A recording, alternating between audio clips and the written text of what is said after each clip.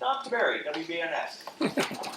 Coach, with Tennessee coming, first time ever, December 12th, the game in there, what's the message to the fans, and what do you guys need from them? Because this is kind of, the CFP is going to do what they're going to do, but what's your message to the fans? Well, I'm excited for our players, but I'm excited for our fans to get back together this Saturday in the Shoe for an historic event like we talked about last time. This is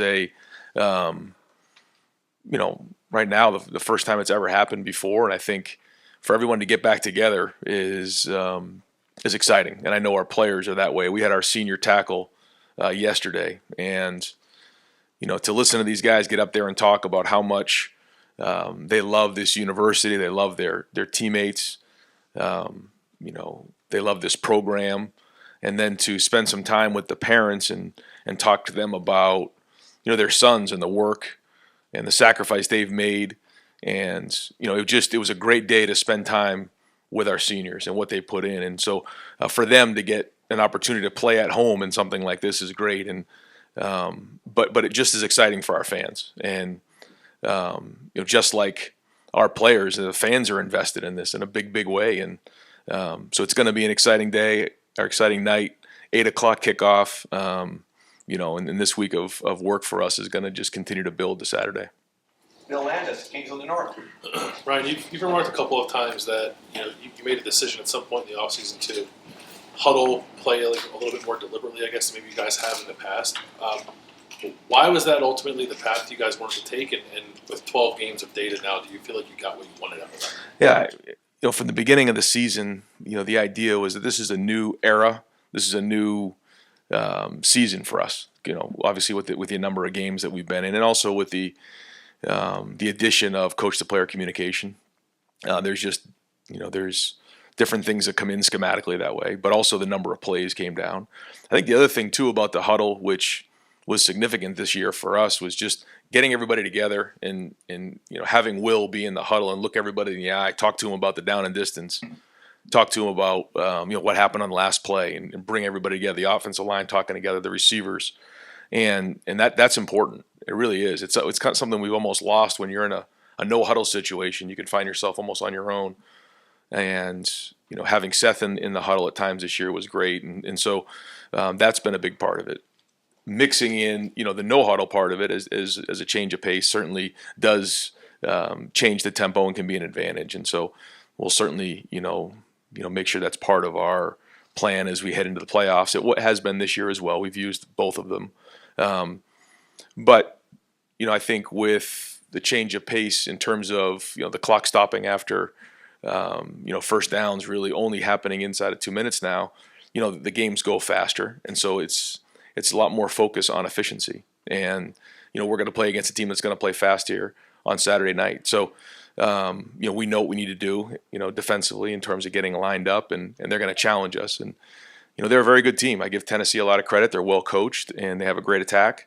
And so, we have to do a great job of getting lined up in those situations. But I think for us, we found a good rhythm with that. I think it's allowed us to be more efficient. But there's also times where we need to speed it up to put more stress on the defense. Guys, we're going to need to stick to just one and done questions just because we're on a little bit of a time schedule with all the other players and coordinator coming. Let's go with Tony Erdman, Buckeye Huddle. Ryan, with the portal now going on, how difficult is it to put a roster together while also preparing for a playoff? And how much of your daily hours are put into the portal right now, keeping your team together and bringing in new players? Well, the number one focus is Tennessee right now. But as you know, you can't just live in a vacuum. And we have to plan for the future. And the fact that, these players having to make a decision right now, knowing that the playoffs haven't even started yet, is very difficult on them. It's difficult on us. That's just the way it is. You're asking kids to make decisions on their future, yet they still want to be with their team and play in the playoffs. And their teammates who are seniors are relying on them to still be part of the team. So, all challenges for us, but I think we're handling it well. I think that we have a group of guys that want to be together and understand what's ahead of us. For the staff, we're doing everything we possibly can to make sure that we're retaining the players and providing them what they need, and then also making sure that if there are some things in the portal that we need to fill holes with, we'll do that. And there's some good players out there. But the number one focus right now is beating Tennessee. Dave Biddle, 24/7 Sports. Ryan, what's the play on the offensive line? You alluded, when we talked to you 2 weeks ago, there might be some changes there. Any changes forthcoming? Luke Montgomery's got some reps at guard, and so you're probably going to see him at guard some this game. We'll see how this week goes, but Austin will be rotating in there as well with Tegra. So that'll be the plan now. We still have a whole week of preparation, and things can change, as of tomorrow, when we get on the field. But the plan right now would be to rotate those guys. Dan Hope, Lebanon Warriors.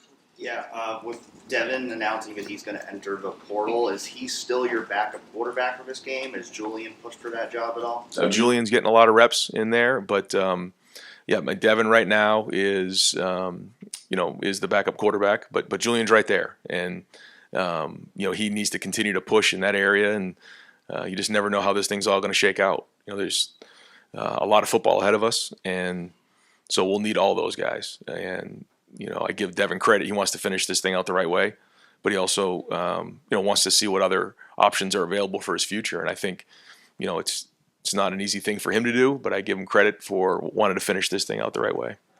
Spencer Holbrook, Letterman Row. Yeah, with Luke, what did you guys see in him that maybe you didn't see after the Simmons injury and then after Seth's injury that made you guys think like, okay, he can go play in a college playoff game? Well, I think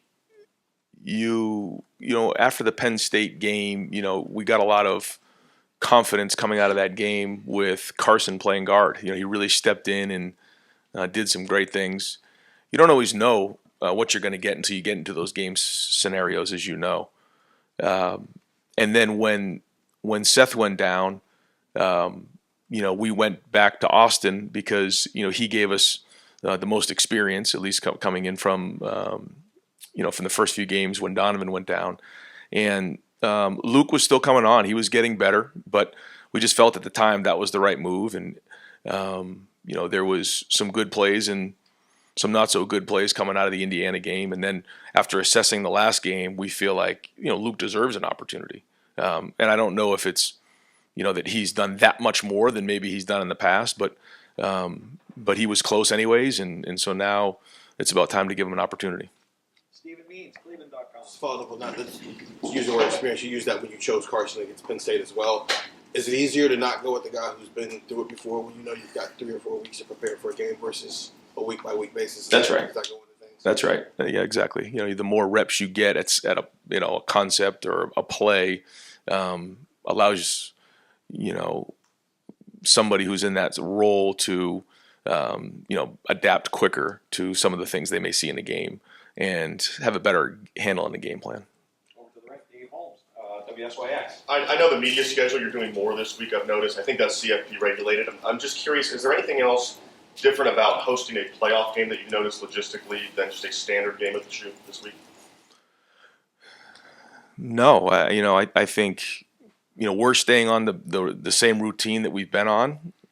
We're going to still use some of our playoff experiences to use as a reference for this game.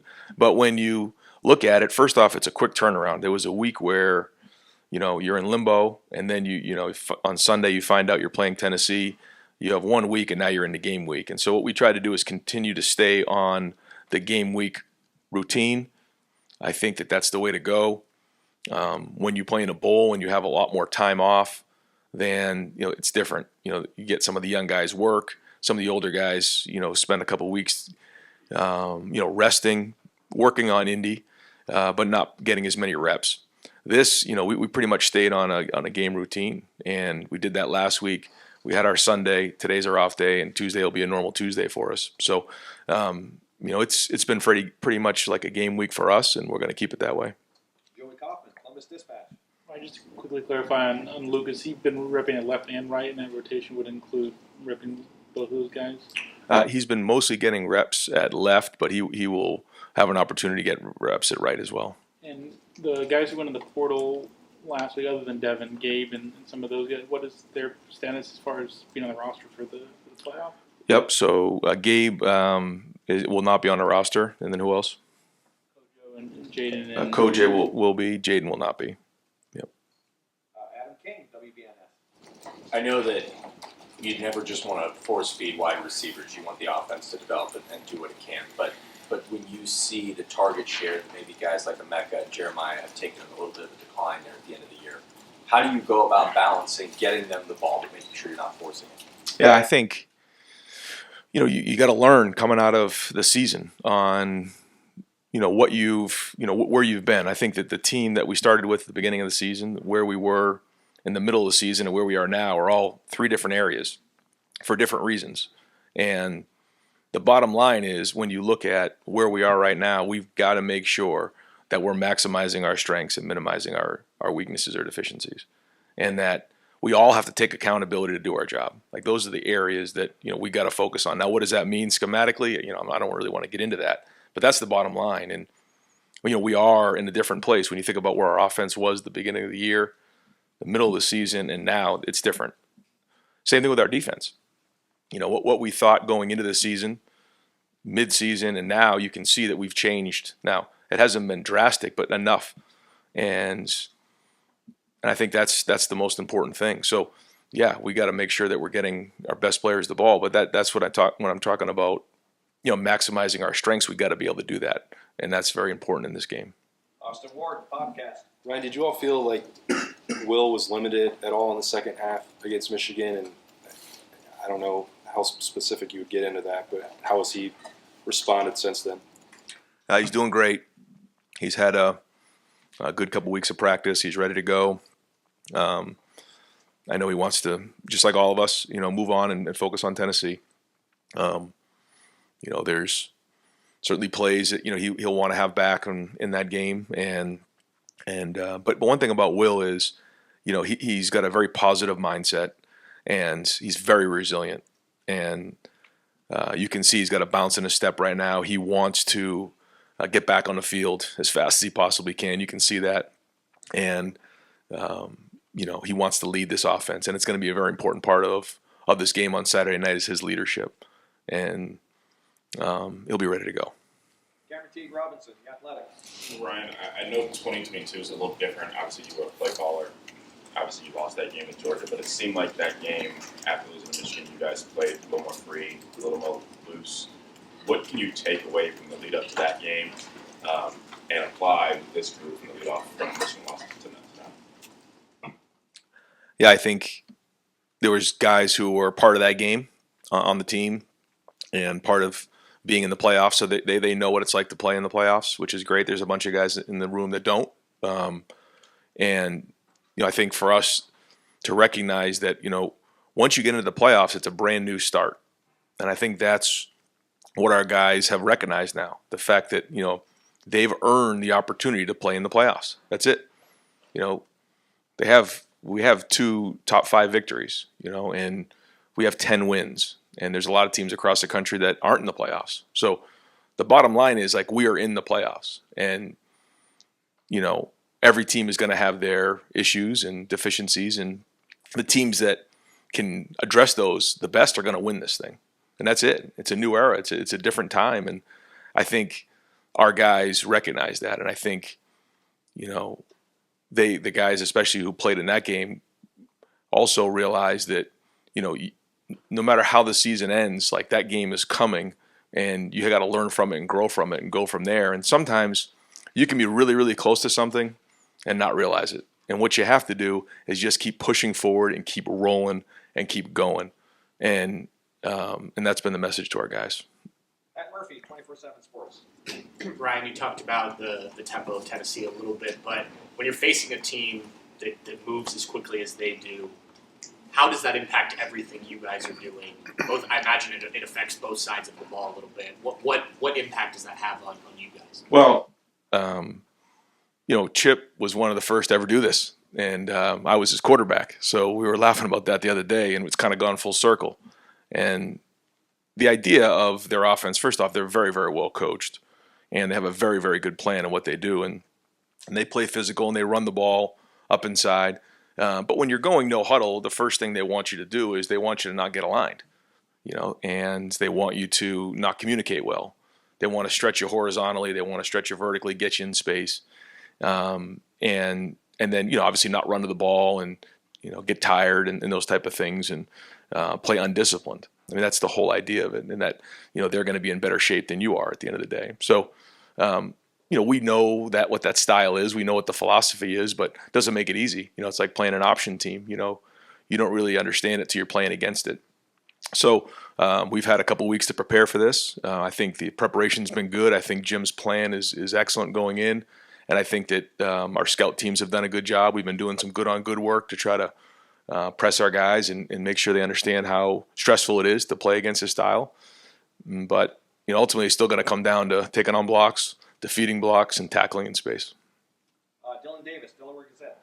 On Selection Sunday, you talked about wanting your team to play free and without fear of consequence, and I'm guessing as a head coach that falls largely on you to facilitate that. How have you been different? Obviously, your team didn't play. There was nothing free and easy about them in that Michigan game. How have you facilitated that? How have you changed your approach to this game compared to that? Again, like the fans, like the university, like our players, the coaches, myself, like we are all invested in this thing in a big, big way. And I wish some of you guys could have, seen our senior tackle yesterday just to see how much these players care, how much these coaches care. And, you, as the season goes on, you continue to build and grow, and you just build this brotherhood together, and you're invested in each other.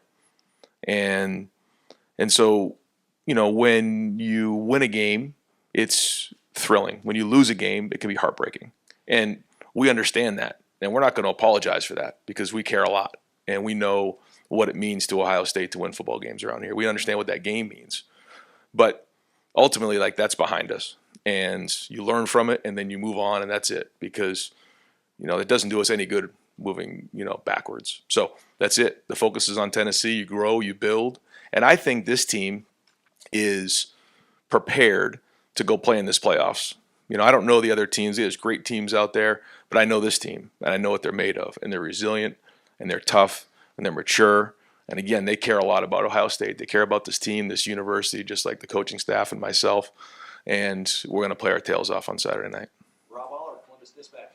Yeah, Ryan, along those lines, you're dealing with 18, 19-year-old kids. That's got to be one of the challenges of coaching is keeping them up and buoyant, although you said they're very mature. Is it almost good that you have some distance between a really tough loss and this game, that you kind of recover, I guess? Well, when you it's like 1 week, okay, that's one thing, a month, there's another challenge with that. 3 weeks is kind of the sweet spot. It allowed us the week to sort through, the issues and get them addressed, take accountability, because that's the big part of that. Like, nothing matters if the problems aren't fixed, and then we don't make adjustments. That's what it comes down to. And then the recognition that, okay, we're in the playoffs now. Like, that game's behind us. The game is never going to change. It's never going to change here at Ohio State. However, like the playoffs have, the expanded playoffs have, the format has. This is very different than it's been in the past. So, all right, we're in this thing, and now we got 2 weeks to prepare. So, I think that part's been good, and that's kind of been the layout. Jake Trotter, ESPN. Yeah, Ryan, off what you just said, with the veteran group you have, how challenging has it been to get this team ready to go for the playoff after such an emotionally tough loss, with the pressure, if it's even possible, even more amplified now? Well, I think as a group, everybody leaned on each other and pushed each other. And I think when you look at the guys in this program, you see great guys. You see first off, you see great players, but you see great men, mature men. We have 29 seniors the other day who spoke at senior tackle, and I just couldn't be any prouder of the type of guys that these men are. And they understand. They understand what's at stake. They understand when they come here the high expectations of what's expected. But they also know what's in front of them. And, like anything else, once you identify it and you move on, I mean, that's life. And there's going to be ups and downs. And several of our seniors talked yesterday at the senior tackle about the ebbs and flows of life. And when things are really good, you got to enjoy them. When things aren't, you got to hang on and continue to get them fixed. And then eventually you're going to get them back on track. And that is life. And life is a fight. So, when you have a mature group like this, Is it easy? No, it's not easy, but it certainly helps to have a great group. And we had a really good week of practice last week with great energy, and we're going to have another great week this week. Bill Rabinowitz, Columbus Dispatch. We're going to talk to Chip after we talk to you. What kind of discussions did you have with him about the game plan against Michigan and how you learn from that and move forward? I mean, as you said, maximize what you have and mask your deficiencies. We all know what those are. What kind of conversation did you have with Chip, and how much kind of soul searching do you think he has done about that game? Well, I think there's two things. I think one, again, we have to maximize our personnel. We've talked about that. I think the second thing is, in some of these games, moving forward, just like in this last game, I think we were only 33% or 32%. It might even been a little bit less, but it was right around 30% of our total snaps were what we call CNN, situation normal, which means first and second down in the middle of the field. There was coming out situations, there was 2-minute situations, there was third down situations, there was red zone situations, and I don't think we did a very good job in those situations. And we talk about situations a lot. We had a turnover in coming out. We had 5 opportunities in a red zone. We only had 10 points. And I didn't think we were particularly good on third down. And so we've got to do a better job in those situations. I think that is very, very important. Now, in those situations, schematically, how do we want to attack a defense? I think that's good conversation. We are a different offense than we were 3 weeks ago, 5 weeks ago, and at the beginning of the season. I think we need to recognize that. But that's not just the only thing here. There was a lot that went into that game, and we got to make sure we're playing good situational football. Pat 40, Sports Illustrated. Ryan, you've had a couple of really good semifinal performances in the playoffs against Clemson and even the loss to Georgia. Is there anything about the experience of getting ready for that you can channel into getting ready for this one? I think so. I think when you're getting ready for a game like this, the preparation is critical. I think you got to do a great job identifying your strengths versus them, and like normal in these situations, you're going against an opponent that you don't typically see. It's a team from another conference that isn't something that you're used to seeing. So you don't always know, how does this team play, or what is the competition like when it's not apples to apples.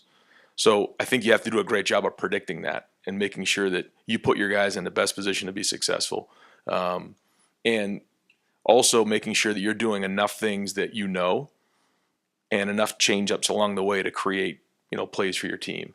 And so I think that's very, very important. I think it's important early in the game to have some confidence, to get some early wins to build confidence in the game. This one will be different though because it's at home. So I think we've talked to our team about that part of it, and I think we have enough guys in the program that have been in this environment before, so there is a reference point. And final question for Coach Tim May, Letterman Row. Yeah, well, you only get one, right? There's like 3. Several coaches around the country now donating, I don't know if that's the correct term, donating back some of their salaries in millions of dollars and stuff. And number one, would you be interested in that? And number two, do you see that as sort of a trend in major college football moving forward with the revenue sharing coming and all this stuff? I mean, I've just been focused on this game right here. But I can tell you that there's always different things that everyone's trying to look at to figure out how to raise money for NIL right now. There's no question. And I know it's a daily conversation here at Ohio State to try to figure out how do we best provide those opportunities for our players. I mean, that's the bottom line, because as we talk about recruiting right now, whether it's high school players or in the portal, it's just a major part of the discussion. And everybody usually starts with, well, NIL is not the number one thing, but it quickly gets to that. That's life. And the numbers that people are talking about nowadays is very important that, we're on the cutting edge of that here at Ohio State. And, those numbers right now only seem to be going up. I know that with the revenue share, there's a plan to put a cap on this.